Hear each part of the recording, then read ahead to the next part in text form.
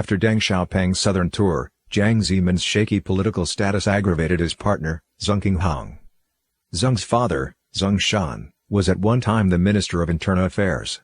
His mother used to be the director of Yan'an Nursery, where the top leaders sent their children to. Zheng Qinghong had been the head of the top leaders' children.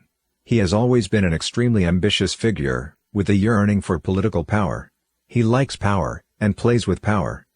He came to believe that, using Jiang Zemin was a shortcut to the upper echelon of power. He analyzed the situation for Jiang Zemin, as he rendered it. The Yang brothers, Chao Shi, Wan Li, Tian Jiyun and Li Ruihuan were all political enemies. The threat came mostly from the Yang brothers, as they held military power, and Deng Xiaoping trusted them more than others. Yang Shangkun laughed at Jiang Zemin, when Jiang Zemin trembled, upon touching a gun, and did not know how it felt to fire a bullet.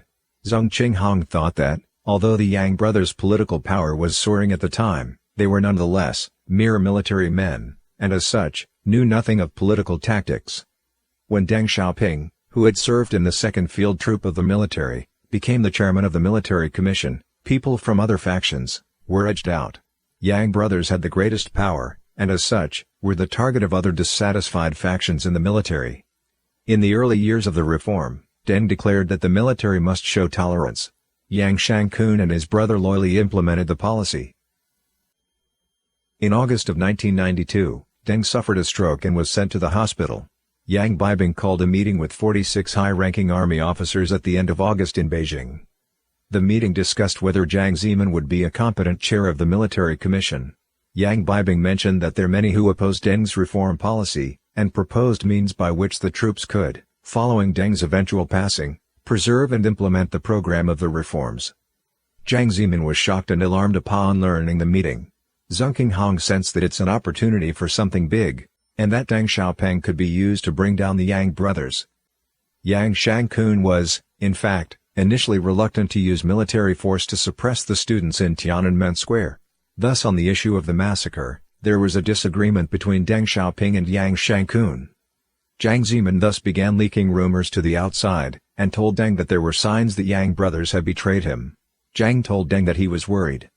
After several such conversations, Deng Xiaoping began to feel that Jiang Zemin was telling the truth, and asked his followers to look into the issue. His followers claimed that what Jiang Zemin said was valid. From that point on, the Yang brothers had lost Deng's trust. Deng Xiaoping was by then in his later years, and lived in seclusion of his home. Notable was that he was deeply affected by his children. Zheng proceeded to get in touch with Deng Pufang, Deng Xiaoping's eldest son, through friends, Liu Jing and Yu Zhengsheng. Under Zheng's instruction, Liu and Yu met with Deng Pufang, and spoke about the danger of Yang forces, and the need to take precautions against the Yang brothers. Later, when Zheng met with Deng Pufang in person, he stressed to Deng how loyal Jiang Zemin was to Deng Xiaoping, and how capable a leader Jiang was, and that Jiang was unable to fully wield power, owing to interference from the Yang brothers. Yang Beibing was in charge of the military personnel assignments and organization structures, listed out 100 middle and high-ranking officers, who were to be promoted. After the names were approved by Liu Huaqing and Yang Shangkun, Yang Beibing presented the list to Jiang Zemin. Jiang Zemin and Zheng Qinghong closely reviewed the list, and thought it was a great opportunity to drive a wedge between the Yang brothers and Deng Xiaoping. Jiang and Zheng held on to Yang's list, and didn't give it approval. Zheng Qinghong was playing off Deng Xiaoping's political anxiety over Tiananmen massacre. He then, with Yang Beibing's list of 100 officers in hand, told Deng Pufang that Yang brothers had too much power, and were planning to replace Deng Xiaoping's followers in the military, a dangerous prospect. Zheng Qinghong also told Deng Pufang that if Zhao Ziyang were to re-emerge and become the chairman of the Political Consultative Conference, it would indicate that Deng Xiaoping had indirectly admitted his mistake in Tiananmen massacre. Were Yang Shangkun to team up with Zhao Ziyang, Zheng implied, they might well supplant Deng Xiaoping's power. Jiang and Zheng used various means to ensure that Deng heard the news of the Yang brothers' supposed aspiration to seize military power, and readdress the Tiananmen massacre. Deng Xiaoping thought it was serious all the more in that Deng had just been ill.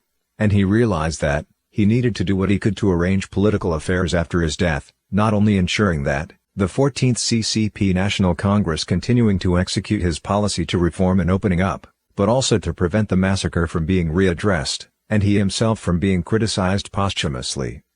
Deng Xiaoping fell for Jiang Zemin's faint show of loyalty, and fell for the conspiracy Jiang Zemin and Zheng Qinghong had designed. Facing objection from Chen Yun and Bo Yibo, Deng Xiaoping had no choice but to abandon his plan of having Jiang Zemin replaced. He decided to remove Yang brothers' military power, to recommend veterans, such as Liu Huaqing and Zhang Zhen, to Jiang Zemin for the assistance they could provide, to control the military. But Deng Xiaoping knew, deep in his heart, that Jiang Zemin was not reliable, and could only amount to a makeshift leader. In the long run, Deng wanted to select a young successor beyond the 20th century. During the 14th CCP's National Congress, Deng Xiaoping, in an unexpected move, arranged for Hu Jintao to be Jiang Zemin's successor. Something of that sort, arranging for a successor for the current successor, had never happened before in the CCP's history. Despite his astuteness and experience, Deng Xiaoping was deceived by Jiang Zemin and Zheng Qinghong, the younger generation, and became a victim of a cunning scheme. From then on, the Deng and Yang families ceased all interactions with one another. The 60 years of friendship between Deng Xiaoping and Yang Shangkun crumbled amidst the party's internal political struggle. Little did Deng Xiaoping realize, by cutting off ties with Hu Yaobang, Zhao Ziyang, and Yang brothers, he was destroying the regime he had labored to build. Along the way, Deng Xiaoping thus lost his most capable aides, in both the party and the military. Even though Liu Huaqing was loyal to Deng Xiaoping, Liu was aged, and no longer that capable. He was no match for Jiang Zemin and Zheng Qinghong in matters of party politics. The reformist camp suffered a total loss. With Yang brothers down, Jiang Zemin and Zheng Qinghong finally had their ways, and consolidated their political power. These two's audacity and ambition swelled. They practiced more conspiracies, rumor-mongerings, and framing-ups, against their political rivals among the CCP high-ranking officials.